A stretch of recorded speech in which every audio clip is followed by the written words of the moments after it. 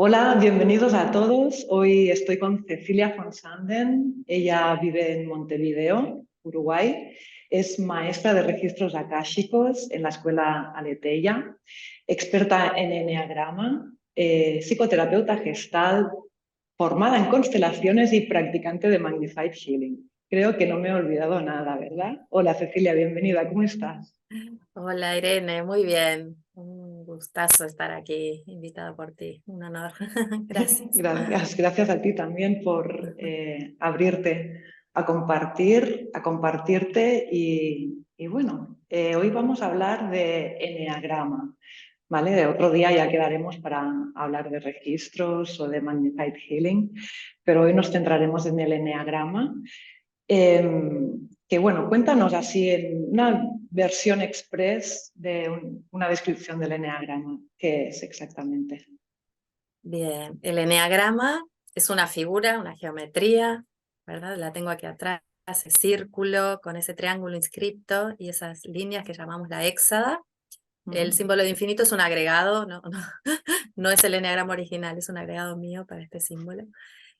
Y es una geometría que encierra mucha simbología que se ha usado desde la antigüedad, se pierde en los tiempos, ¿verdad? Pero aquí vamos a hablar del enneagrama de las personalidades. Cómo se usó esta sabiduría para explicar las personalidades humanas. Y esto también viene de tiempos remotos, pero quien recoge más exhaustivamente esto y lo trae a Occidente es Gurdjieff, bueno, un sabio de su tiempo que fundó una escuela entre guerras, en el tiempo entre guerras en Europa. Nació en Armenia, vivió en Rusia, se fueron mudando su familia por distintas circunstancias en Afganistán y ahí conoció este saber, este conocimiento y fue profundizando en el conocimiento del qué es ser humano, ¿no? Ujú. Básicamente responde, bueno, ¿quién soy yo? A través del Bien. conocimiento de la personalidad para llegar a la esencia de lo que somos. ¿Y cómo llegaste al eneagrama? ¿Qué te atrajo de esta disciplina y cómo ha influido desde entonces en tu vida personal y profesional? Claro. Bueno, el eneagrama llegó a América Latina a través de Óscar Ichazo, un boliviano, y con él Claudio Naranjo, que fue con quien yo me formé. Claudio Naranjo, un psiquiatra chileno, gestaltista también, psicoterapeuta gestáltico. Aprendió de Óscar Ichazo en la década de los 60, 1960. ¿Y cómo me encontré yo? En realidad creo que el eneagrama me encontró a mí. En otro contexto, en un proceso de autoconocimiento también, de trabajo sobre sí, en determinado momento, en el año 90 o 92, 92 creo que fue, eh, con un brasileño que había sido discípulo de Claudio. Nos trae un libro a los que estábamos allí y empezamos a leer, y me pareció algo radiográfico. ¿Mm? Entonces realmente nunca había escuchado una descripción tan exacta de la forma de ser, donde podía reconocerme Ujú. tan precisamente. Y eso fue lo que me llamó la atención, eso fue un detalle, no era el centro del trabajo que estábamos haciendo, pero bueno, eso activó en mí una curiosidad que no pude desconocer. Bien, porque ¿qué eneatipo eres tú? ¿Cómo te has Bueno, beneficiado de conocerlo también? claro. Fíjate que en aquel momento me identifiqué con el eneatipo 1 y pasé un tiempo pensando que era el eneatipo 1. Pero bueno, esa curiosidad que me llevó a profundizar, me llevó luego a Brasil a hacer el primer nivel del programa SAT, que es como un pre-programa, que es el protoanálisis, un, un retiro, podríamos decir, de 5 días en aquel momento, en Porto Alegre. Y, y ahí descubrí que no, que era 6. Y cuando descubrí que era 6 fue un bajón. Todo lo que no quería hacer, descubría que No, era. no suele gustar el eneatipo que tienes, ¿verdad? Este es un indicador, cuando uno encuentra ese eneatipo, es un indicador de que De que, vamos bien. porque Porque, no es fácil, ¿no? Descubrir el eneatipo. O sea, no es una cosa que digas, yo vengo a tu consulta y te pregunto, Cecilia, ¿qué eneatipo soy? No va así, claro, ¿no? no, en realidad nunca se dice, o sea, yo como terapeuta nunca podría decir tú eres tal. Puedo decir, Ujú, veo esto de ti, veo este rasgo, y dar pistas para que la persona se encuentre. Y esto siempre es así, es un criterio que yo respeto mucho y lo transmito así, ¿no? Que como depende de las motivaciones profundas, ¿no? ¿Para qué hago lo que hago? ¿Por qué siento lo que siento? ¿Pienso lo que pienso? En realidad la motivación profunda la sabe la persona. ujú. Entonces, mi rol como terapeuta cuando uso el enneagrama es ofrecer todos los espejos donde la persona pueda mirarse y herramientas y preguntas orientadoras muy específicas que le ayuden a ese proceso de autoidentificación. ¿Sí? Bien. ¿Y Ujú. qué desafíos hay en el momento eso de indagar en el tipo de en el tipo de neatipo que tiene Claro, la persona? ¿Qué desafíos, qué dificultades hay o cómo manejas eso en tu consulta? claro.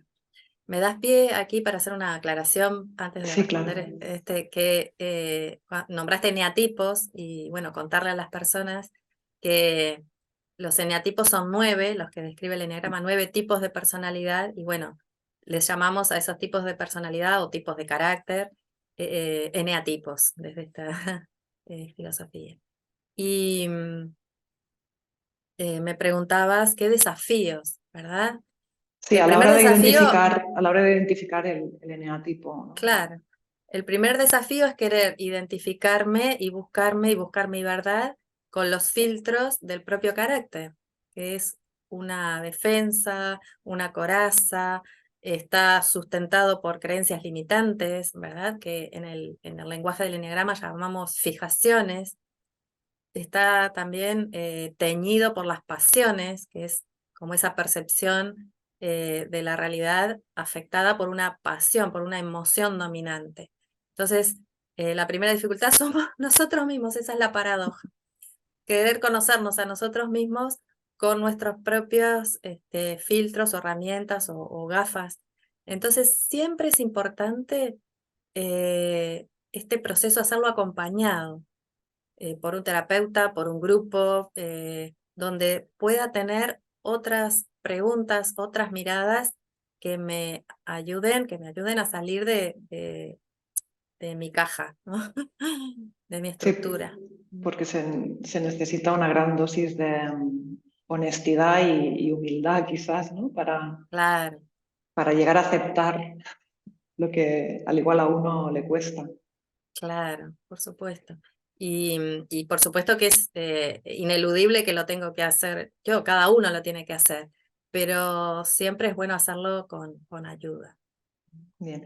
Y tú mencionabas que descubriste al fin que eres del eneatipo número 6.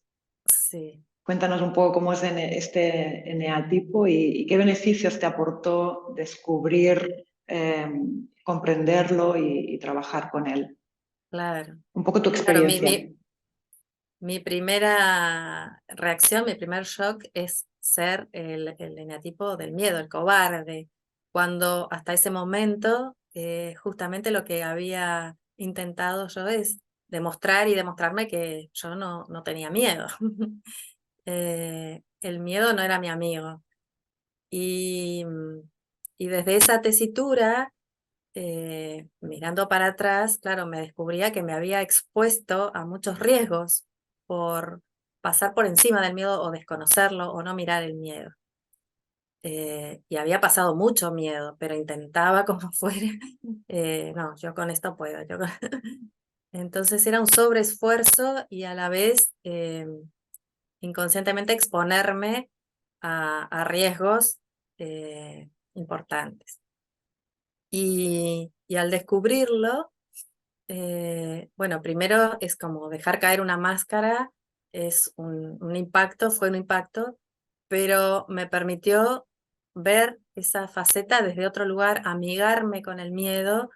De hecho, después, muchos años, diseñé y di un taller para muchas personas, que lo di en España, también acá en Uruguay, Plántale cara al miedo, ¿no? Me volví experta en trabajar con el miedo.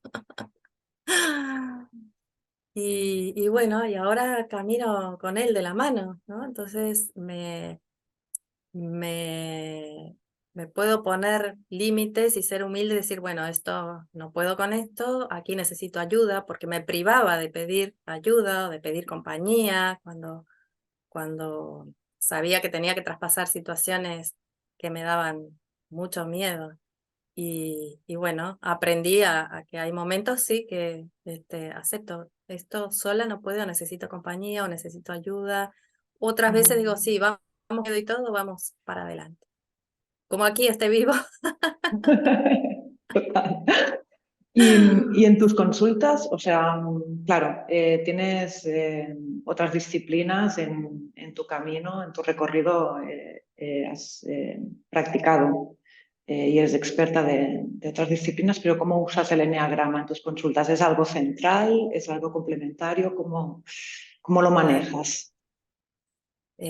bueno, en realidad, luego yo hice el programa SAT con Claudio Naranjo, que son 3 años, 3 encuentros intensivos cada año y un seguimiento. Y el programa SAT es de eneagrama y terapia integrativa, y el mismo es gestáltico. Bueno, ya falleció, ¿verdad? Pero era Ujú. psicoterapeuta gestáltico también, o sea que para mí está totalmente integrado. Y a la vez, en paralelo, bueno, primero empecé el programa SAT y enseguida empecé la formación en terapia Gestalt con personas, mis formadores también eran discípulos de Claudio, o sea que hace parte, ¿no?, de mi perfil como psicoterapeuta. Y no es que lo use siempre, pero sí tengo esa mirada y hay momentos que voy viendo, o sea, lo que me trae el paciente me va indicando cuándo es adecuado entrarle ahí, ¿no? Mirar por ahí o darle pistas por ahí. Y para mí tiene un gran valor porque, claro, las personas cuando vienen a terapia vienen con problemas, eventos, pero un problema eh, puede ser el primero que trae a terapia, vengo porque tengo problemas con mi pareja, y a los 2 meses problemas en el trabajo, y a los 3 con los hijos, y se repiten patrones, ¿no? Entonces, cuando abordamos las temáticas desde el carácter, desde la personalidad, desde la forma de afrontamiento, es, bueno, ¿cómo soy yo frente a esto? ¿No? ¿Cómo me planto yo? ¿Cómo encaro cada situación? ¿Qué me mueve a mí? Entonces ahí vamos mucho más profundo y a la estructura misma de la personalidad y a la posibilidad de sacar recursos internos que sirven para todas las situaciones, para la pareja, para el trabajo, para el hijo, para afrontar un tema de salud, para lo que sea, ¿verdad? Entonces, para mí tiene un potencial altísimo trabajar con esto en terapia. Claro, es como una vía directa a la raíz, ¿no? Que tiene luego Exacto, múltiples expresiones, pero eh, bien, interesante. exactamente. Es un tema bastante complejo. Bueno, yo cuando la primera vez que enfrenté un poco los eneatipos, dije, yo soy esto y esto también y esto también, porque uno no resuena únicamente con un solo No, eneatipo, ¿no? no, en Eh, realidad el eneagrama, vieron que es un círculo, ¿viste? Representa la totalidad y es la totalidad que somos. Realmente eh, tenemos, de alguna manera se podría decir, todo el eneagrama en nosotras mismas, en nosotros mismos. Pero hay un rasgo que se cristaliza. ¿Por qué?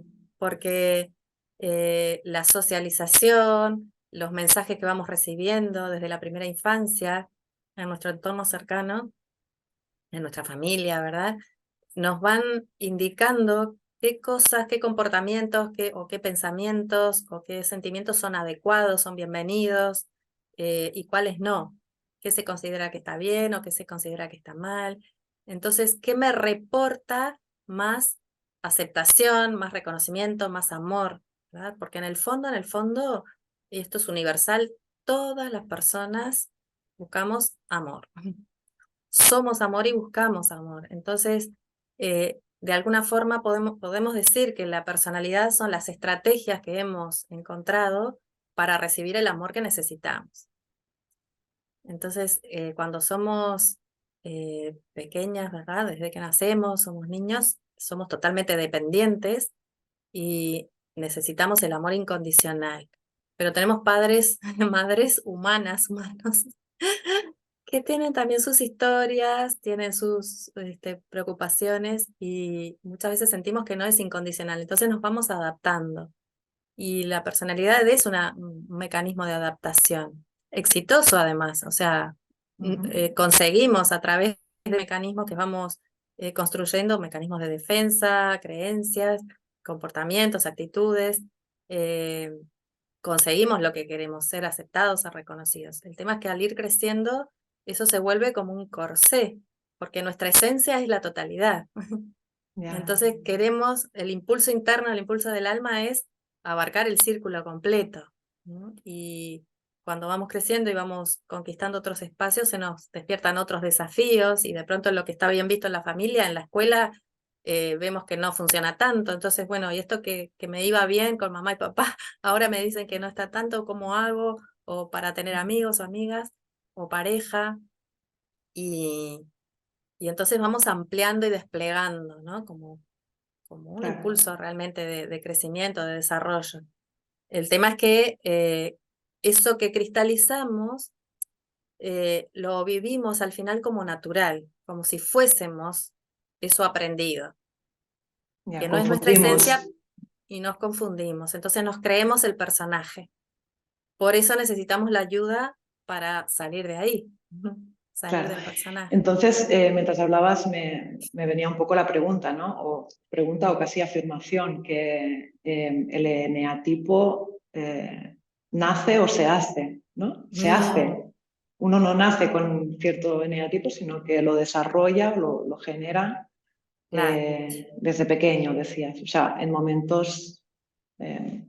Claro, en realidad el eneatipo tiene dos caras. Una es el personaje, ¿no? La máscara, pero otra es lo que la máscara protege y lo que está atrás de la máscara, ¿no? Entonces, el eneatipo en realidad protege nuestra esencia. Entonces, el eneatipo también describe nuestra esencia. Esa parte es la que somos, pero sobre la esencia vamos construyendo esa máscara. Pero la máscara también tiene un lado neurótico, digamos, ¿no? El que está siempre hacia afuera, hacia los demás, hacia lo que eh, es adaptativo, y otro saludable, que es el que está al servicio de cumplir la misión del alma, ¿no?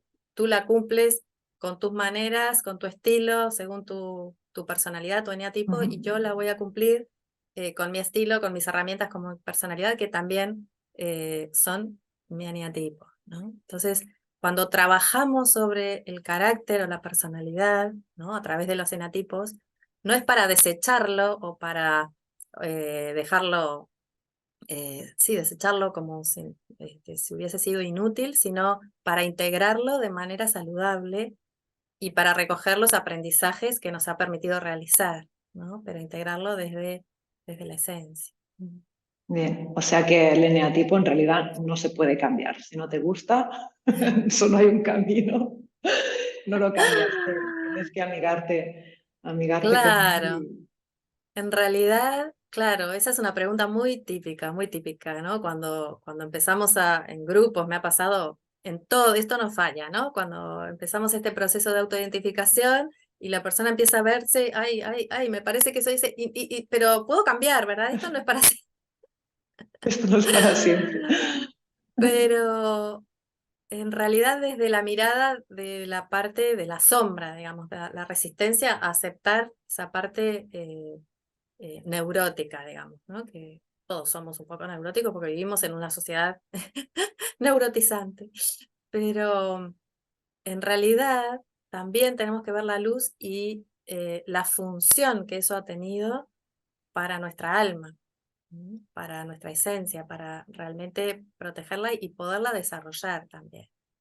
Entonces, cuando hablamos de desarrollo, de crecimiento en el mapa del eneagrama, es poder, por ejemplo, abrir, flexibilizar, integrar, recorrer los caminos. Si yo estoy en el 6, por ejemplo, recorrer el camino hacia el 3, recorrer el camino hacia el 9, ¿no? Que es ese triángulo central, o las alas, el 7, el 5, y así ir integrando cualidades de todos los eneatipos y ampliando el repertorio de respuestas posibles ante los eventos de la Mm, vida, ¿verdad? bien. Y, o sea que, bueno, es todo un camino de transformación, ¿no? El del eneagrama. ¿Y Sin duda. tienes alguna anécdota, alguna historia de transformación propia o de algún conocido o quizás de algún consultante tuyo o que Ujú. nos puedas compartir? A ver, anécdotas, un montón. A ver, yo hace 30, voy a contar una mía, ¿no? Hace, Sí. claro, 30 años, un poquito más, empecé el SAT en 2001. Bueno, en el 94 fue el protoanálisis, esta primera parte que les dije, y después con Claudio Naranjo en 2001, o sea que sí, Ujú. pasé bastante. Y siempre hay cosas para ver, ¿no? Esto es un camino de ida, o sea, siempre eh, hay aspectos a ver, y además cuando la vida nos presenta nuevas situaciones y sobre todo, bueno, desafíos o situaciones dolorosas, tendemos a irnos a lo primario, a lo más conocido y a reaccionar desde las respuestas más primarias, ¿verdad? Esa es la tendencia.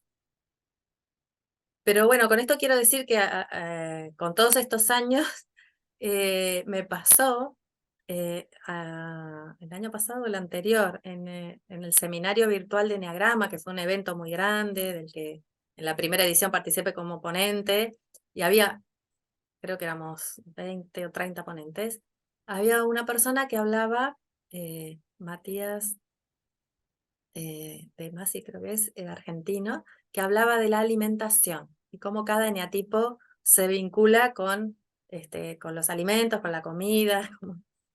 Y ahí hice un descubrimiento, ¿no? Algo tan cotidiano, eh, y verlo desde el eneatipo, ¿no? Descubrí como 6, qué diferente, si bien notaba diferencias en mi familia, ¿no? Con mi esposo, mi hijo, eh, no las había mirado desde este enfoque y, y me hizo ver cómo, por ejemplo, me amoldaba, si bien yo puedo tener ciertas preferencias, ciertos gustos en la alimentación, por armonizar con el grupo, por no distorsionar, por no desentonar, por hacerlo fácil para los demás, bueno, y quizás no mirando o no poniendo mi preferencia por delante, me iba adaptando, amoldando, ¿no?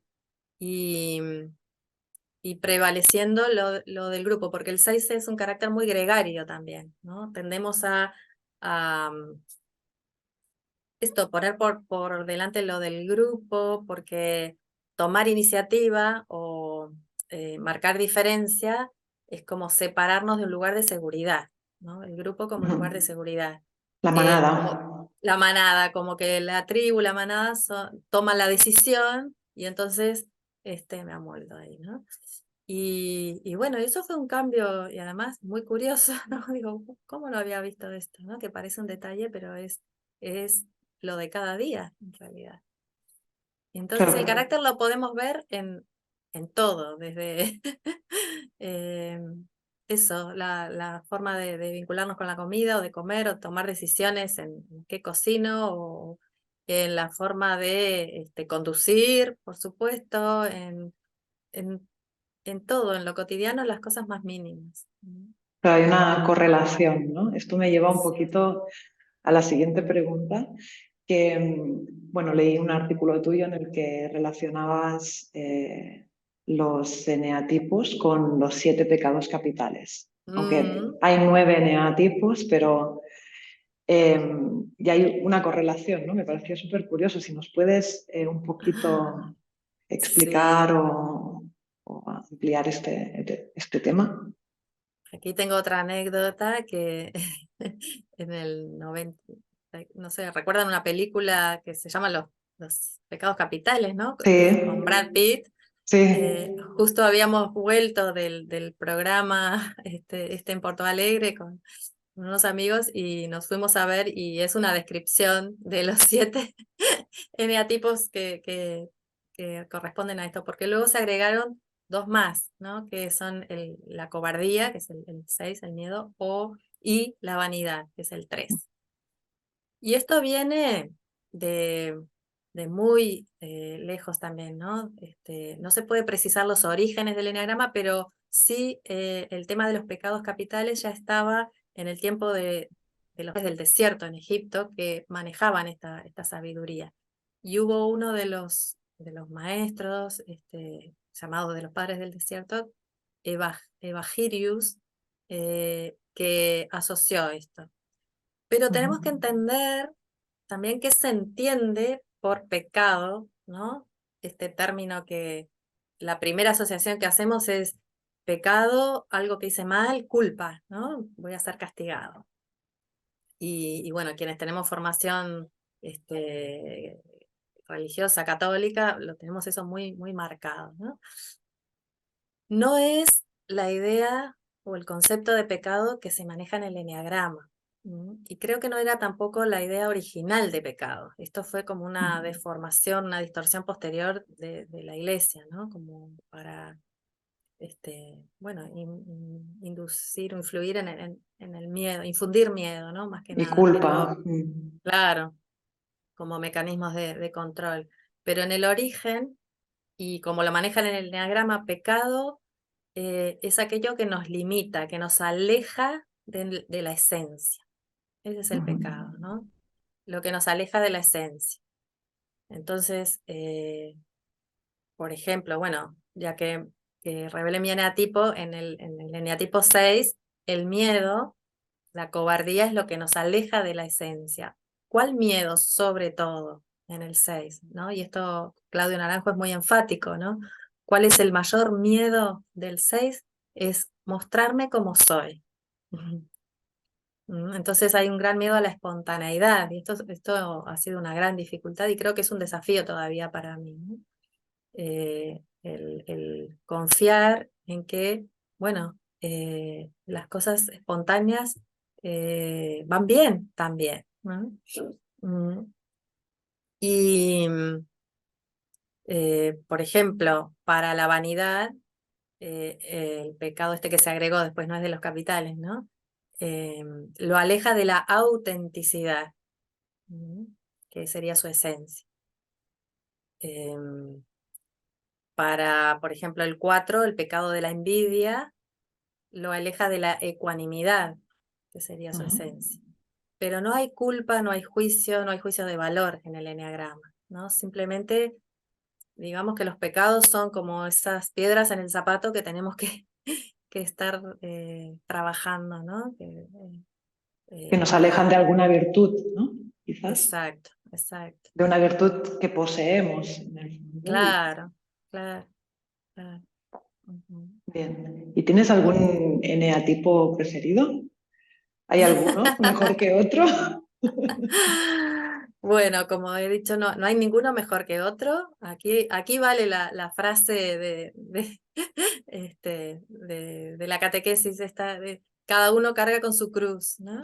Realmente no hay ninguno mejor que otro. Uno mira de afuera y, ay, cómo quisiera ser. Bueno, pero si fuese un 4 tendría un trabajo, si fuese un 8 tendría otro, ¿verdad? Cada uno tiene su herida, su herida y su carga y su trabajo por hacer. Preferido, no diría preferido, ¿no? Pero sí, por ejemplo, el 8 es un eneatipo bastante que tiene mala prensa.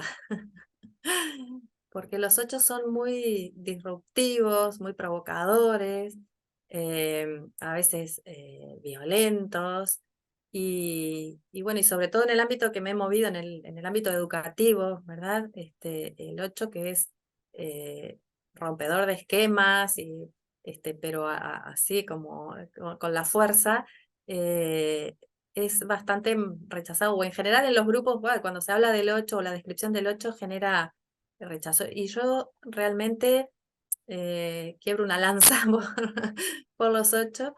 eh, Son tan apasionados que cuando descubren o sea, se desenmascaran, descubren su eneatipo y contactan con su herida, la misma energía, que es impresionante la energía que tienen, ¿no? Para defenderse, que pueden ser duros, la tienen para entregarse amorosamente, ¿no? Entonces entregan todo desde un amor tan entregado, justamente apasionado, con tanta totalidad, que bueno, es maravilloso ver esa transformación, ¿no?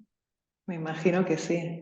Wow. Pero bueno, todos, desde la esencia, todos somos luz y somos maravillosos, ¿no? Pero bueno, como testimonio, sí, sí que, bueno, eso cuento esto. El 8, sí. Así Mm, que bueno, que los 8 se anoten ahí todo el potencial que tienen Claro. para Es cierto, entregar.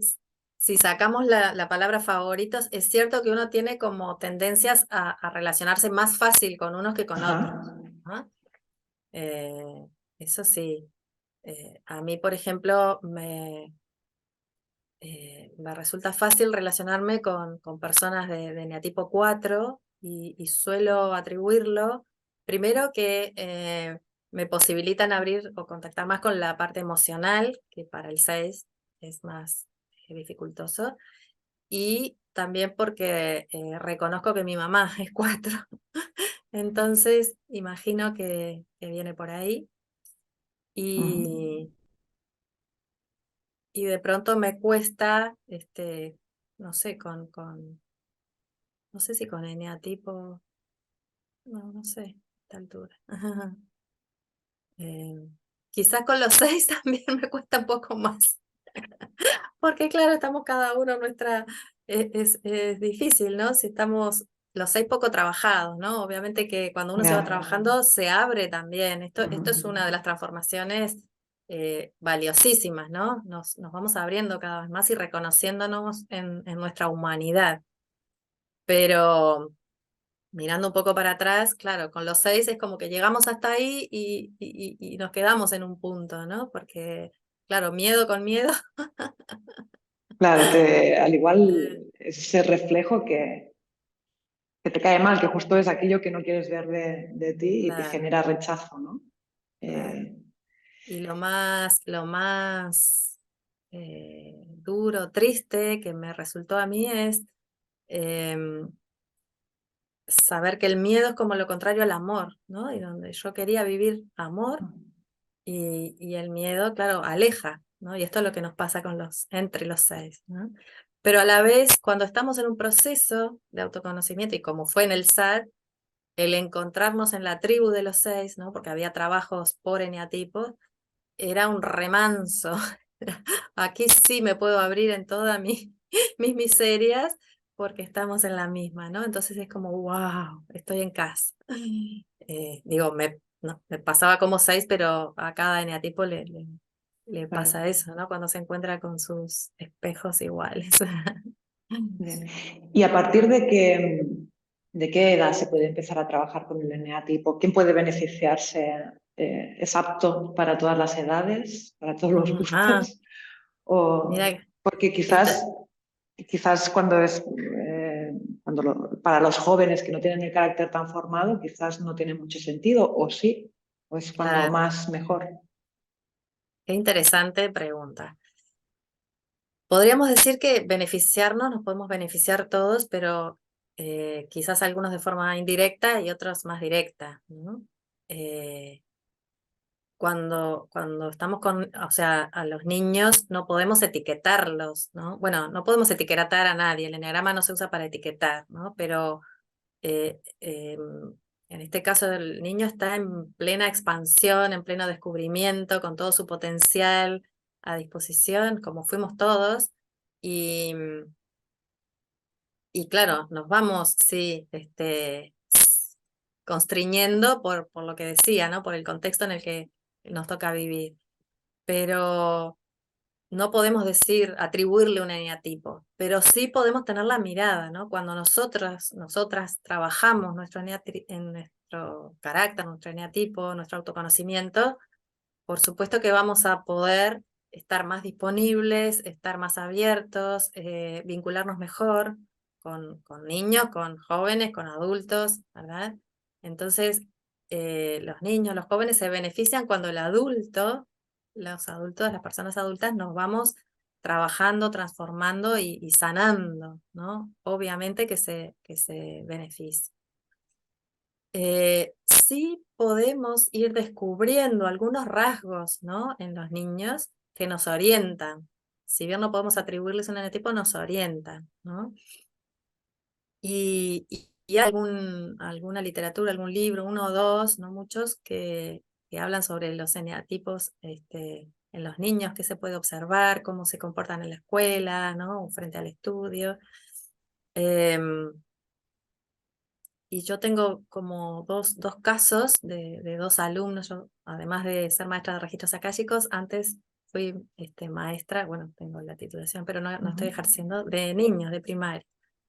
Y recuerdo una alumna, la suelo traer como ejemplo, que no tenía ninguna dificultad de aprendizaje, una niña además se integraba, pero ella todas las tareas las entregaba después, por último, tardaba un montón y a veces le quedaban cosas por hacer, porque no le daba el tiempo en el aula, hasta que descubrí que ella tardaba no porque no supiera hacer las cosas o no supiera las respuestas o no entendiera los ejercicios, sino por su perfeccionismo. Quería hacer las cosas tan bien, presentar los trabajos tan inmaculados, incluso de borrar 3 veces o arrancar hojas porque después le quedaba la mancha, que claro, le llevaba el doble o el triple de tiempo que los demás, ¿no? Y miraba a ver cómo hacían los otros. Y, y bueno, cuando descubrí eso, que era su perfeccionismo, empecé a darle mensajes de que no hacía falta eso, o más de jugar, hacerle cosquillas, eso fue la clave para esta niña, ¿no? Como salir de la rigidez esa de imponerse un perfeccionismo a ese nivel, y era pequeña, 6 años, 7 años. Wow. Y el perfeccionismo nos habla mucho del carácter 1, del eneatipo 1, ¿verdad? Entonces, bueno, pudiera ser que esta niña configurara una personalidad 1. No puedo atribuírselo ni afirmarlo, pero sí ese rasgo, el descubrir ese rasgo, que lo pude ver porque tenía esa mirada, ¿verdad? Me ayudó a descontracturar y a sacarla de ese lugar y realmente hubo un cambio. Qué Hubo un bueno. cambio. Y Claro. luego recuerdo a otro que eh, era muy líder y muy de que solo se hacía, ¿no? Él se enfurecía mucho cuando las cosas se hacían de otra manera que diferente a la que él quería.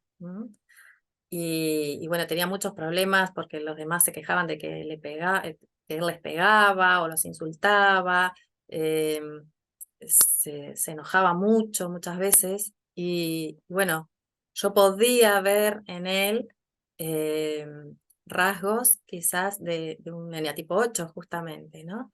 Y por otro lado era un niño que, bueno, cuando abrazaba, abrazaba de verdad, cuando era apasionado, realmente nos amaba, de verdad. Era todo intenso, ¿no? La intensidad es una característica del 8, la podemos atribuir. Entonces, desde ahí, ¿no? Desde la mirada, que si bien yo no puedo decir va a tener una personalidad 8 o es una personalidad 8, pero viendo esos rasgos, mi trabajito fue darle lugar a su parte blanda, a que podía llorar, cuando me abrazaba lo estimulaba mucho, bueno, qué lindo, pero abrazame un poquito más suave, porque venía y apretaba, abrazame un poquito más suave que me gusta más. recoger esas cosas más de niño, porque el eneatipo 8 lo que hace es, lo que se dice es como que pierde la inocencia, ¿no? Y se acostumbra a ser el fuerte y no se permite Ujú. ser Vulnerable. eso, vulnerable, ¿no? Entonces, darle ese permiso atenuó esos comportamientos, ¿no? Pero eso es desde cultivar la mirada de adulto, ¿no? Por eso Claro, es lo que te iba creo a que preguntar, ¿no? Porque ¿quién se puede beneficiar, ¿no? Era la pregunta, nos podemos como beneficiar todos, pero ¿quién debería tener la mirada? Pues al igual es como es una herramienta muy para educar, ¿no? Para ah, padres, para docentes, para bueno, cultivar esa comprensión y educar de una manera expansiva, ¿no? O nutritiva. claro, creo que es fundamental que los adultos vayamos cambiando, las personas adultas, para, para poder habilitar esos procesos, ¿no? Y, y no seguir fomentando la neurosis. Y en el ámbito educativo esto es primordial, ¿no? Y bueno, para mí fue y es una prioridad, y de hecho escribí un libro, soy coautora, escribí junto con Marcos Sarasola un libro dirigido a docentes, ¿no? Enneagrama y educación. Bueno, se titula Enneagrama y educación, 9 formas de enseñar y aprender para la realización del ser. Y me he dedicado años, y me dedico también a dar talleres y cursos para docentes, porque realmente lo que a mí me transformó y me habilitó y me permitió trabajar y ver con mis alumnos, mi deseo es que lo puedan tener también mis colegas, ¿no? Y hace un cambio significativo. Ujú. Claro. Porque, bueno, y hablando de Claudio Naranjo, creo que tiene un libro que es El Eneagrama de la Sociedad. eh, Sí, y habla, no sé en qué palabras, ahora no me acordaré, pero como que una sociedad enferma empieza por individuos enfermos, ¿no? Y que al igual es desde la educación que podemos cambiar ese eneagrama. O, bueno, no sé si cambiar, porque quizás la sociedad también necesita un eneagrama como todos, sin pero duda. darle esa mirada, ¿no? Esa mirada de dar lugar a que se exprese desde otro Claro. lugar. Claro, sí, ese libro me encanta. Tiene otro que se llama Sanar la civilización, donde también a la educación le atribuye un rol importantísimo. Y bueno, siempre partiendo del autoconocimiento, ¿verdad? Y desde esa hipótesis de Claudio, ¿no? De que así como a nivel individual hablamos de carácter o de personalidad, ¿no? Con estos atributos, y a nivel de la sociedad podemos hablar de cultura, también podemos hablar de culturas organizacionales. Ujú. Entonces, también he trabajado esto de la cultura organizacional a través del eneagrama, sobre todo de los centros educativos, y cómo una cultura, por ejemplo, una cultura organizacional de tipo 8 o una cultura organizacional de tipo 2 favorece determinados ambientes, determinados aprendizajes, determinado tipo de vínculos, determinado estilo, ¿no? de ser, y no otros, ¿no? Entonces, cómo conocer la cultura también, la cultura de la organización educativa, también es importante para ver, bueno, qué estamos facilitando en las personas, ¿no? Sean docentes o alumnos, alumnas de esa organización, de esa institución, ¿no? Este es un concepto que desarrolló Marcos Sarasola en su tesis y que lo tomamos después para también investigar en los centros educativos, eh, cómo es esto y cómo se puede detectar estos rasgos de la cultura organizacional a través del eneagrama. Hablamos de comunidades. Oh, qué bueno, Ujú. súper interesante. ¿Esto Ujú. lo estáis aplicando en Uruguay, en Montevideo? Sí, sí, hemos trabajado con varios centros y también integrando constelaciones para poder hacer como el diagnóstico. Y Ujú. bueno, ese material está en el horno, en la incubadora para el próximo libro. Qué bueno, Enneagrama y súper educación, pero interesante. para equipos directivos, ¿no? Donde esto es un ingrediente Total. Sí, ¿no? valioso para la gestión. Esa esencia del equipo directivo se destila al final hasta el alumnado, hacia los estudiantes. Claro. ¿No? Claro. Bien. Porque hablamos de las correlaciones entre los pecados capitales, pero ¿hay también, has observado una correlación entre eneatipos y profesiones, hablando de educación y Mm, así? eh, sí, podemos hablar como de tendencias, quizás, ¿no? No es una correlación directa, pero sí, claro que el estilo de personalidad te lleva a determinados ámbitos o profesiones o trabajos, ¿no?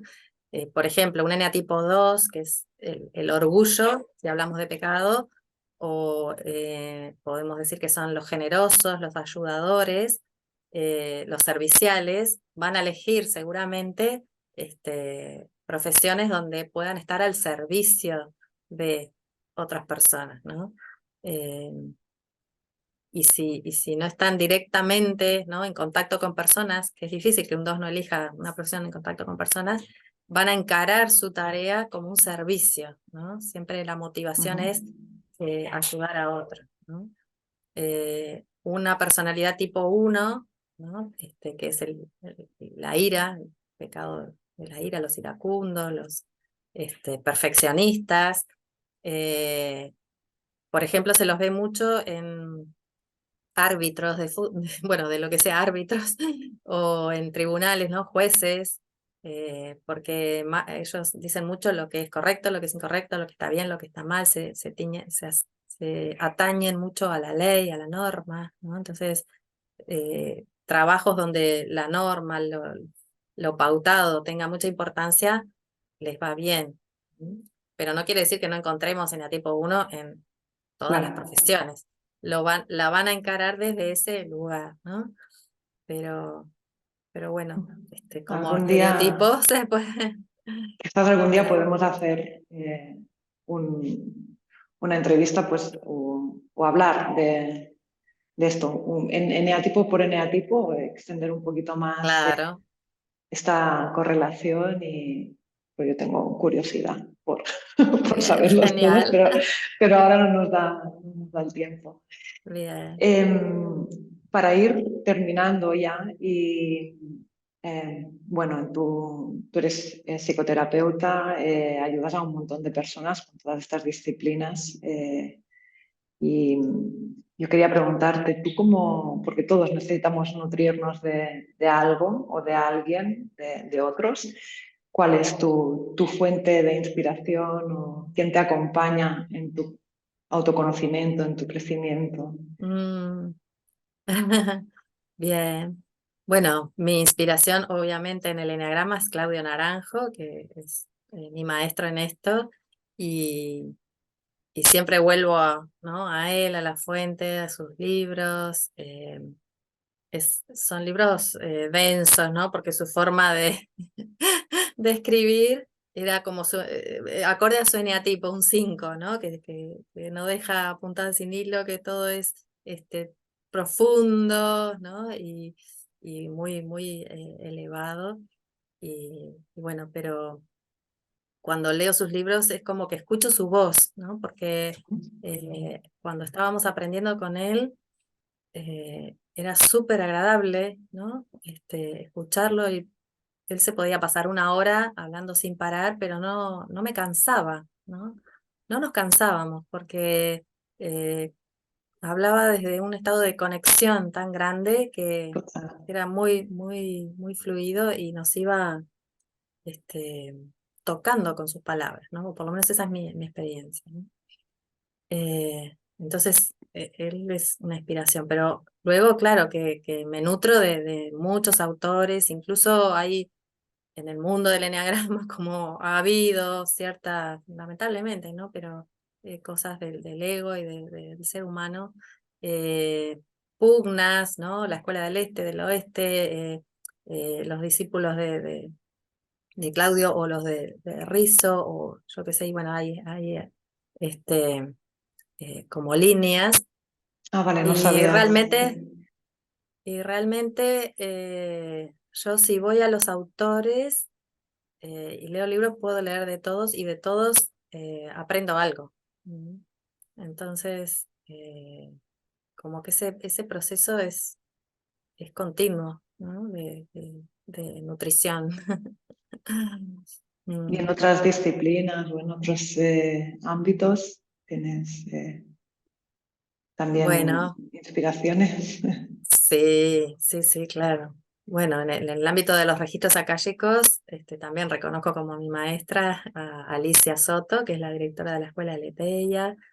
Ella también es una fuente siempre de inspiración, siempre está en proceso evolutivo y siempre aportando eh, para nuestro crecimiento, ¿no? El de las maestras, maestros y lectores de la escuela y todos los alumnos, por supuesto. Y también, ¿no? Como que desde un estado de conexión muy, muy puro. Mm. Y bueno, uf, yo creo que estamos en una época donde también se abrió tanto todo este conocimiento, los conocimientos que antes llamábamos esotéricos, ¿verdad? Como el propio eneagrama fue llamado cristianismo Mm. esotérico en una época, y se mantenía oculto, ahora se abrió tanto que este, voy siguiendo personas inspiradoras, ¿no? Hay una chica de allí, de Cataluña, Mercé Carbonell, que me inspira mucho, que es canalizadora. Bueno, Sergi Torres, por nombrar personas de ahí, pero aquí también eh, en Latinoamérica, por ejemplo, en Argentina hay una persona que trabaja el eneagrama que también aprendí mucho virtualmente, ¿no? Porque no la conozco personalmente, de él. Ay, perdón, pero, o sea, le Bueno, veo la cara y ahora no me sale el nombre, ya me va a salir. sí, si te sale, Sí, pues, sí, y si no, está perfecto así también. Nos has mencionado un bueno, montón de fuentes a las que podemos sí, también acudir. Y bueno, también para conocer un poquito más sobre ti, ¿no? Desde dónde te nutres y bueno, también transmitir un poquito, la idea de esta pregunta siempre es transmitir un poquito de que uno no deja de ser nunca aprendiz, claro, ¿no? es cierto, es cierto. Y que uno puede ser maestro, eh, pero de aprendiz no, no se deja nunca de ser. No, toda la vida, toda la vida. Y Sí, sí, ya la última pregunta acerca de cómo el eneagrama puede contribuir a... Bueno, y ya quizás mencionamos un poquito la respuesta, ¿no? Pero así, para sintetizar y finalizar, cerrar el espacio, cómo el eneagrama puede contribuir a una mejor sociedad, más equilibrada, más sana, donde se pueda vivir en armonía, donde exista también o se dé de alguna manera el AINI, ¿no? Que es esa reciprocidad de ayuda mutua. ¿Cómo el eneagrama puede contribuir a eso? En tu claro, opinión, ¿no? claro. Sí, yo creo que la clave para contribuir, para transformar y para vivir más sanos, felices, una sociedad más sana y vivir felices es el autoconocimiento, saber quién somos, esa es la pregunta. El eneagrama para mí es una herramienta potentísima, puede haber muchos caminos, ¿no? Pero yo encontré en el eneagrama un mapa orientativo, una brújula, es un mapa y una brújula a la vez, ¿m? Porque nos señala un camino evolutivo, nos ayuda a identificar, a saber dónde estamos, identificarnos, y a la vez el camino de evolución.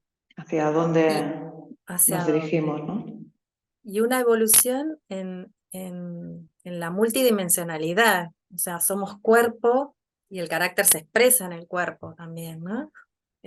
Hay una tipología de los, ¿no? De los unos, de los dos, de los cinco, de los seis, ¿no? Como que podemos descubrir, si bien no todos encajamos en todo, porque cada uno al final es único y hay muchos ingredientes, pero sí podemos reconocer porque vamos como cristalizando en el cuerpo las ideas de la mente, ¿no? Entonces, el eneagrama nos permite eso, descubrirnos en todas esas dimensiones, ¿no? En lo corporal, en lo actitudinal, lo comportamental, lo emocional, lo afectivo, lo intelectual y lo espiritual.